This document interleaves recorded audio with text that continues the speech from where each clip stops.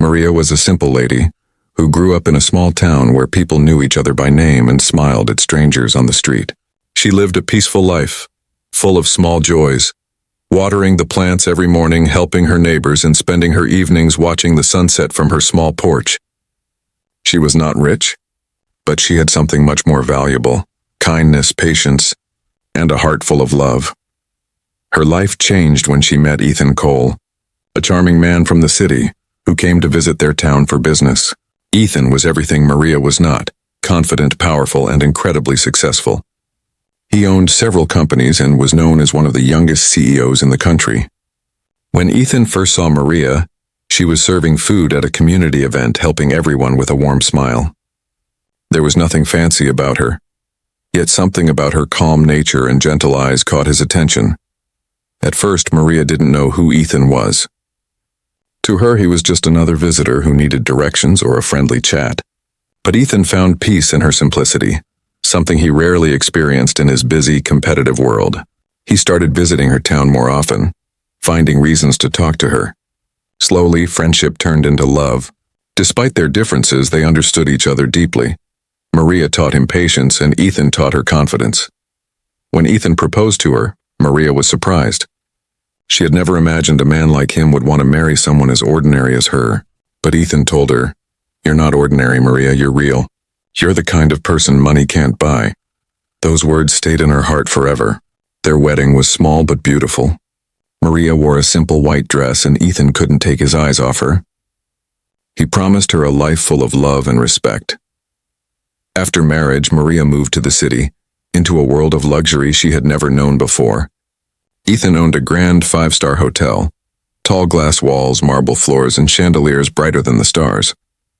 Everywhere she looked, people wore designer clothes, spoke in polished tones, and acted as if kindness was a weakness.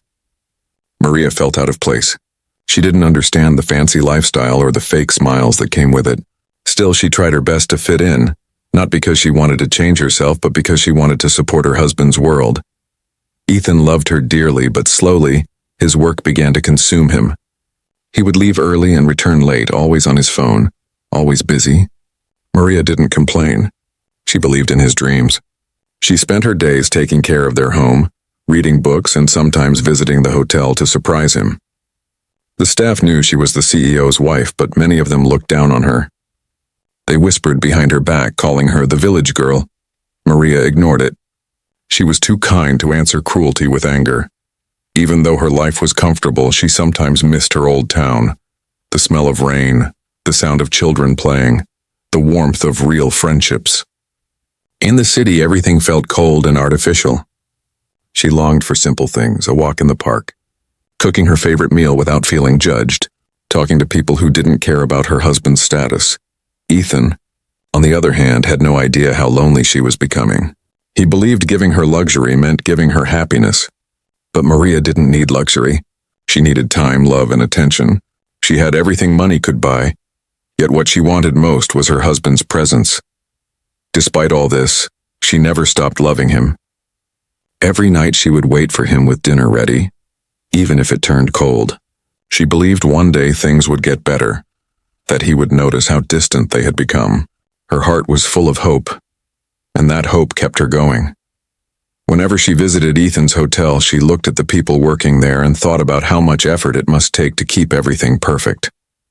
She always greeted them kindly, asking how their day was, even though most of them didn't bother replying. But she didn't mind. To her, kindness wasn't a weakness, it was her strength. She never wore expensive clothes or heavy jewelry. She preferred simple cotton dresses and tied her hair in a bun. Her simplicity made her different in a world full of show-offs. Some people admired her for it, while others mocked her behind her back. But Maria didn't care. She knew who she was, and that confidence made her shine quietly. Her love for Ethan remained steady, even when he forgot their anniversaries or canceled dinner plans. She believed that love wasn't about grand gestures. It was about standing by someone, even when they were too tired to stand by you. Little did she know, her patience and humility were about to be tested in the most painful way. The same hotel that belonged to her husband, the one she had walked into with love and pride, would soon become the place where she would face the deepest humiliation of her life. But for now, Maria still smiled, still believed in the goodness of people, and still dreamed of the simple love that had once brought her and Ethan together. Her humble beginning was filled with warmth, honesty, and quiet strength, the kind of strength that would later change everything. After marriage, Maria's life changed in ways she never imagined.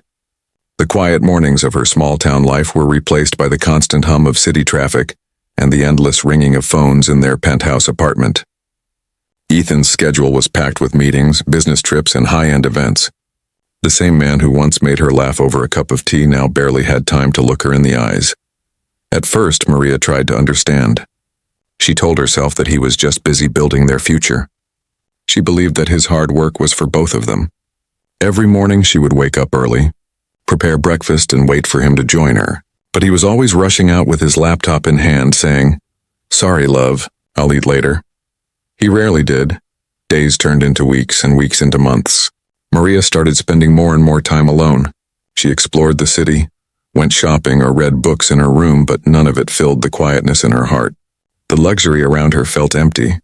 The marble floors echoed with silence, and the glittering chandeliers seemed to mock her loneliness. Sometimes she would visit Ethan's five-star hotel, hoping to surprise him. But more often than not, she found him surrounded by business partners or female colleagues dressed in expensive clothes, laughing and chatting confidently. She never interrupted. She simply smiled and left quietly. She didn't want to embarrass him. Yet deep inside, she couldn't ignore the growing distance between them. The hotel staff began to notice her visits. Some of them were polite, but others whispered behind her back. "She doesn't look like a CEO's wife," one would say. "Maybe he married her out of pity," another joked. Maria heard these things, but she never reacted. She had too much grace to answer gossip with anger. She simply prayed for strength and hoped people would one day see her heart instead of her clothes. Ethan, meanwhile, was sinking deeper into his corporate world. The pressure to stay on top, to please investors, to expand his empire, it consumed him. He didn't realize that in chasing success, he was slowly losing the person who loved him the most. He would return home late, sometimes past midnight, smelling of expensive cologne and exhaustion. Maria would still be awake, waiting for him, pretending to read a book just so he wouldn't feel guilty. "Did you eat?" she'd ask softly. "Yes, at the hotel," he'd reply, too tired to talk. "Okay," she'd whisper, hiding her disappointment. Then he'd go straight to bed, and the silence would return, heavy and painful. Despite it all, Maria never stopped trying. She cooked his favorite meals, left little notes in his briefcase, and even started learning about business just to understand his world better. But Ethan was too busy to notice. The love that once sparkled in his eyes had turned into routine politeness. He still cared for her, but his attention was somewhere else, buried under piles of work and pride. Sometimes, she thought about visiting her old hometown for a few days, just to breathe fresh air again, but she never did. She didn't want Ethan to come home and find her gone. Deep down, she feared that if she left, he might not even notice. Her loneliness grew heavier when she saw couples laughing together in the hotel lobby or walking hand in hand on the street. She missed that closeness, the little moments they used to share, eating street food, watching the rain, talking about dreams. Now their conversations were short and practical, filled with questions like, "Did you sign the papers?" or "Have you eaten?" instead of "How are you feeling?" Ethan's friends began inviting him to elite gatherings, parties full of glamour and fake smiles. He started taking other guests instead of Maria, saying things like, "You wouldn't enjoy these events, love. They're just work." But Maria knew he was embarrassed, not of her as a person, but of her simplicity in his world of wealth and show. Still, she didn't complain. Her love was patient, and she believed that marriage meant standing beside your partner through every storm, even the silent ones. But every night, as she sat on their balcony watching the city lights, she felt a quiet ache inside. She wondered if love alone was enough to hold two people together when the world kept pulling them apart. One rainy evening, Maria decided to do something she hadn't done in a long time: visit the hotel again to surprise Ethan with dinner. She dressed neatly, wore a soft blue dress, and carried a small homemade meal in a box. Her heart beat fast with excitement and fear. She just wanted to see him smile, to remind him that beneath all the stress and money, there was still love waiting for him at home. As she entered the grand hotel lobby, the golden lights reflected off the marble floors. Everything looked perfect, the elegant, polished, untouchable. But the warmth was missing. She took a deep breath and walked toward the reception. What she didn't know was that this visit would change everything. This time, the distance between them wasn't just emotional, it was about to become painfully real. The night was calm, and the city lights glittered like tiny stars against the dark sky. Maria looked out of her apartment window, holding the small box of food she had cooked with love. It had been weeks since she had a proper conversation with Ethan. She missed his laughter, his warmth, and the way he used to look at her like she was the only person in the world. That evening, she decided she wouldn't wait at home anymore. She would go to his hotel, his grand 5-star hotel that everyone admired. Maybe she could surprise him with dinner, just like the old days when he loved her little gestures more than anything else. She smiled softly at the thought and whispered to herself, "He'll be happy to see me."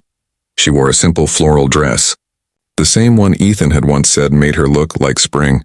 She tied her hair neatly and put on a light shawl. No jewelry, no makeup, just her natural beauty and her hopeful heart. The moment she entered the hotel lobby, she felt small. The air smelled of expensive perfume, and the marble floors gleamed under the chandelier lights. People in suits and high heels walked past her, their conversations full of pride and power. Maria held the food box close to her chest and walked toward the front desk. "Good evening, ma'am," said the young receptionist, glancing at her from head to toe. Her smile faded as she noticed Maria's simple clothes. "How can I help you?" Maria returned a gentle smile. "I'm here to see Mr. Ethan Cole," she said softly. "He's my husband." The receptionist blinked, surprised. She looked around as if checking if someone else was listening. "Mr. Cole?" she repeated in disbelief. "Ma'am, do you have an appointment?" Maria shook her head. "No, I just came to surprise him. Could you please tell him his wife is here?" The receptionist's expression changed from polite to doubtful. She leaned closer and lowered her voice.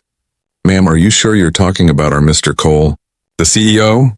"Yes," Maria said, smiling kindly. "Ethan Cole, the owner of this hotel."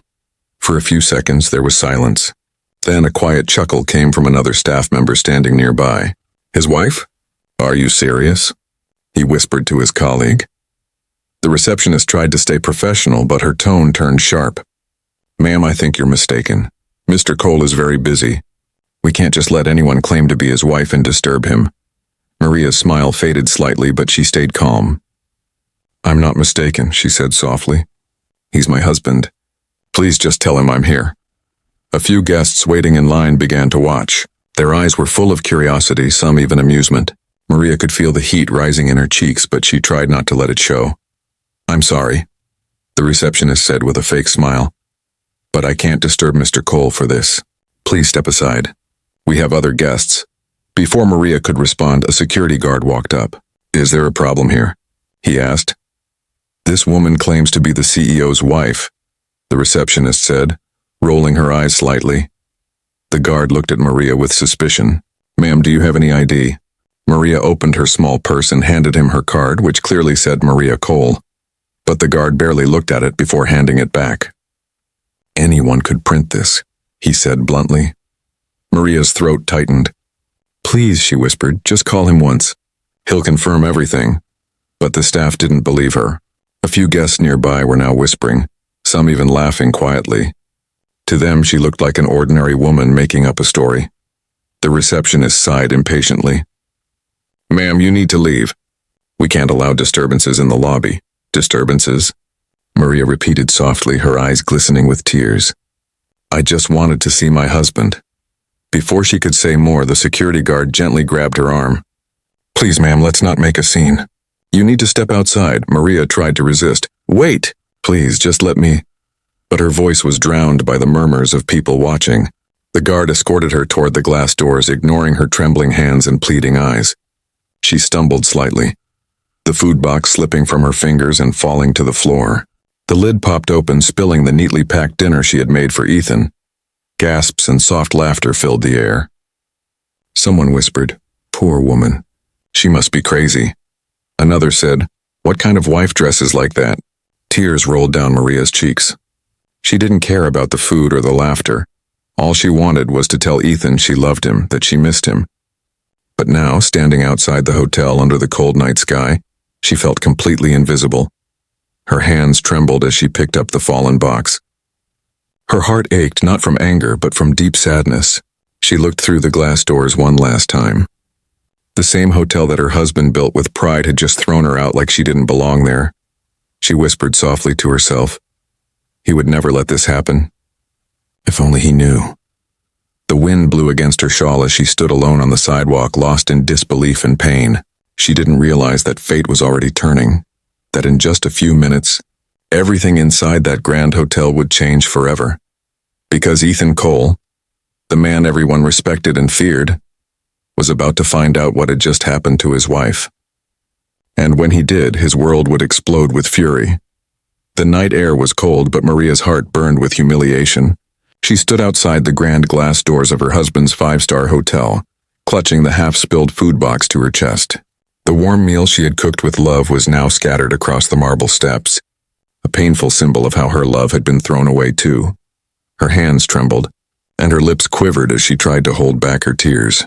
People were still staring through the glass, hotel guests in elegant clothes whispering behind their hands, judging her like she was some stranger who didn't belong there. A few minutes earlier, she had walked in with love. Now she stood outside in shame. The guards had gone back inside. The receptionist was laughing softly with her colleague, and no one cared that the woman they had just pushed out was the CEO's wife. To them, she was just another poor, uninvited woman trying to cause a scene. Maria took a deep breath, trying to calm herself. "It's okay," she whispered to herself. "Maybe I should just go home. Maybe he's busy. I'll tell him later." But her voice cracked at the end. She knew she was lying to herself. Just as she bent down to collect the fallen food container, a sharp gust of wind blew through, scattering napkins and rice across the ground. A couple nearby laughed quietly, and one of them said under their breath, "How embarrassing." Maria's face turned red, not from anger but from pain. Every word felt like a needle in her heart. Then, just when she thought she could bear no more, she heard footsteps behind her. Quick, heavy, familiar. "Maria?" Her heart stopped. That voice, that deep, confident tone she had waited weeks to hear. She turned slowly and saw Ethan standing there, still in his dark suit, a briefcase in one hand, his phone in the other. His eyes widened when he saw her tear-stained face, her trembling hands, and the spilled food at her feet. Ethan." She stuttered softly, trying to smile through her tears. He dropped his briefcase instantly and rushed toward her. "What happened? Why are you outside?" Maria tried to answer, but her voice broke. They wouldn't let me in." Ethan frowned. "Who?" Before she could reply, one of the security guards came out holding his radio. "Sir, please step back. This woman was causing a scene. We asked her to leave." Ethan turned slowly to the guard, his expression darkening. "Causing a scene?" he repeated coldly. "Do you even know who she is?" The guard hesitated, looking at the receptionist inside for help. "Sir, she said she was your wife, but you didn't believe her." Ethan interrupted sharply. His voice was calm, but his eyes burned with fury. The receptionist hurried out now, her fake smile gone. "Sir, I'm so sorry. We didn't know." "You didn't know?" Ethan's voice rose slightly, drawing the attention of everyone in the lobby. "You didn't know the woman who carries my name, who wears the ring I gave her, who's the reason this hotel even means anything to me?" The staff froze. The guests stopped talking. The lobby went completely silent. Maria stood behind him, tears still falling silently down her cheeks. Ethan turned to her, his expression softening for a moment. He gently took the box from her shaking hands and said quietly, "You shouldn't have been treated like this. Not here, not anywhere." Then he faced the staff again, his voice now firm and controlled but filled with anger. "You all made my wife cry," he said. "You insulted her. You threw her out of my hotel like she was nothing. And for what? Because she doesn't wear diamonds? Because she doesn't flaunt her husband's wealth?" The receptionist began trembling. "Sir, please, it was a misunderstanding." "No," Ethan said sharply. "It was disrespect. And I don't tolerate disrespect, especially toward her." He pointed toward the guard, the receptionist, and the two staff members who had laughed. "You're all fired. Right now. I don't want to see you here again." Gasps filled the lobby. The staff stared at him in disbelief. One of them tried to argue. "Sir, please." "Now," Ethan said again, his voice cold as ice. "Leave your badges at the desk and go." The guard lowered his head and walked away silently. The receptionist began crying, realizing the weight of her mistake. Ethan didn't look at her again. His focus was only on Maria, who still stood frozen, unable to process everything happening so fast. He walked over to her and gently touched her cheek. "I'm so sorry," he whispered. "I should have been here. I should have protected you." Maria shook her head, trying to smile through her tears. "You didn't know." "But I should have," he said, his voice breaking slightly. "You came here out of love, and they treated you like you didn't belong. I'll never let that happen again." Ethan then turned to the stunned guest watching from the lobby. "Let this be a lesson," he said clearly. "In my hotel, no one, and I mean no one, gets treated with disrespect because of how they look or what they wear. Everyone deserves kindness." He took Maria's hand and walked her inside, his arm around her shoulder protectively. The same people who had laughed now looked away in shame, and for the first time in a long while, Maria didn't feel small. She didn't feel invisible. She felt seen. Not because of the hotel lights or the people staring, but because her husband had finally remembered who she truly was. Ethan couldn't sleep that night. The image of Maria standing outside the hotel doors, crying with her hands clutching that small food box, kept replaying in his mind again and again. Every time he closed his eyes, he saw her pain, the disbelief on her face when he found her on the steps, the hurt in her trembling voice when she said, "They wouldn't let me in." It broke something inside him. He sat in his office at home, the city lights flickering through the large glass windows, but all he could see was her tear-stained face. The same woman who had loved him more than anything, the one person who never cared about his money or status, had been thrown out of his own hotel. And the worst part? He hadn't even been there to stop it. Maria was asleep in their bedroom now, exhausted from crying. Ethan had held her until she drifted off, whispering apologies she was too tired to hear. But even after she slept, he couldn't bring himself to leave her side. He gently brushed a strand of hair from her face and whispered, "I'm sorry, my love. You deserved so much better." When morning came, he went straight to the hotel. He didn't tell anyone he was coming. He wanted to see the staff's faces, to feel the air of the place where his wife's heart had broken. As he walked through the lobby, everyone froze. Conversation stopped mid-sentence. Phones were set down. Even the soft background music seemed to fade.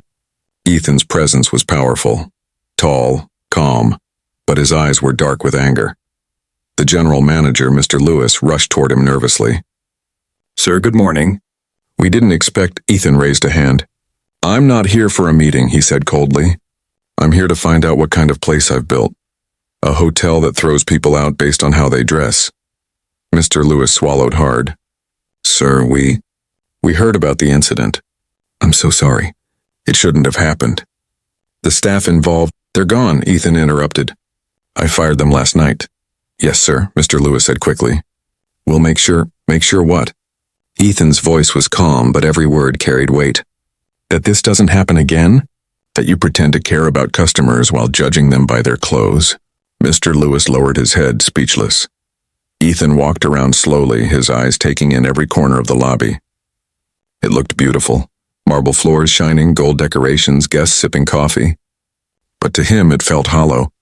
"I built this place to make people feel welcome," he said quietly, almost to himself. "Not to make them feel small." He turned back to Mr. Lewis. "Do you know who that woman was?" The manager nodded quickly. "Yes, sir, Mrs. Cole, your wife." "We're truly sorry," Ethan shook his head. "You're sorry because I found out. But were you sorry when she stood outside crying? When my staff laughed at her? When guests watched her like she was worthless?" The silence that followed was painful. No one dared to move. Ethan sighed and rubbed his forehead. "Do you know what hurts the most?" he said, his voice breaking slightly. "She came here out of love." "She wanted to bring me dinner. She wanted to surprise me." A few of the staff exchanged guilty glances. Some looked down, unable to meet his eyes. Ethan continued, his tone softer now but full of regret. "Maria has never cared about money. She's never asked for anything. She believed in kindness and simple things. And yet in this palace of glass and gold she was treated like dirt. That's not her shame, it's ours." He turned and looked at the hotel's name engraved on the wall. Cole Grand Royal. It used to fill him with pride. Now it only reminded him of failure. Taking a deep breath, he faced everyone in the lobby. "From today," he said firmly, "this hotel will have new rules. I want every staff member, from the manager to the cleaner, to treat every guest with respect. I don't care if they wear designer clothes or old ones, if they come in a luxury car or on foot. You greet them with kindness. You help them, because you never know who they might be or what they might be going through. He paused, letting his words sink in. And if anyone disrespects another person again, he continued coldly, they won't just lose their job, they'll lose their place in this company forever. The employees nodded quietly, the weight of his words heavy in the air. Ethan turned and walked away, leaving the lobby in stunned silence. When he reached his car, he didn't go straight home. Instead, he drove to the small cafe where he and Maria used to meet before they got married. He sat at their old table, the one by the window, and ordered her favorite tea, chamomile with honey. He stared at the empty chair across from him, remembering her laughter, her shy smile, and the way she always said, "Ethan, don't let the world change your heart." He realized then that he had changed. Too much. He had become the man who was always running after success and forgetting the things that truly mattered. That day, he made a silent promise. He would win back Maria's trust, her smile, her peace. Not with gifts, not with apologies, but with actions. When he got home that evening, Maria was sitting by the window, lost in thought. He walked up quietly, holding her favorite tea in his hands. She looked up, surprised. "You went there again?" He nodded. "Yes," he said softly. "And I saw everything differently this time." He knelt beside her chair, placed the cup gently in her hands, and said, "From today, no one, not even me, will ever make you feel small again." Maria's eyes filled with tears, but this time, they weren't from pain. They were from love, the quiet kind that survives even after the world tries to break it.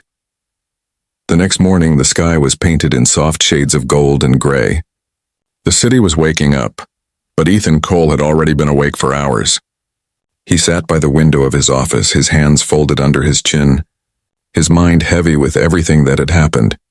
He had spent the entire night thinking about Maria, her tears, her silence, and the strength she showed even when humiliated. The more he thought about it, the more it burned inside him. He couldn't forget how those people, his people, had looked at her, laughed at her, and thrown her out.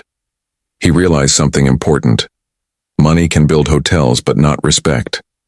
It can buy comfort, but not kindness. Ethan wasn't a man who often showed emotions at work. To the world, he was a sharp businessman, cold, focused, and powerful. But that morning something was different. He wasn't the CEO everyone feared. He was a husband who had failed to protect the woman who loved him most.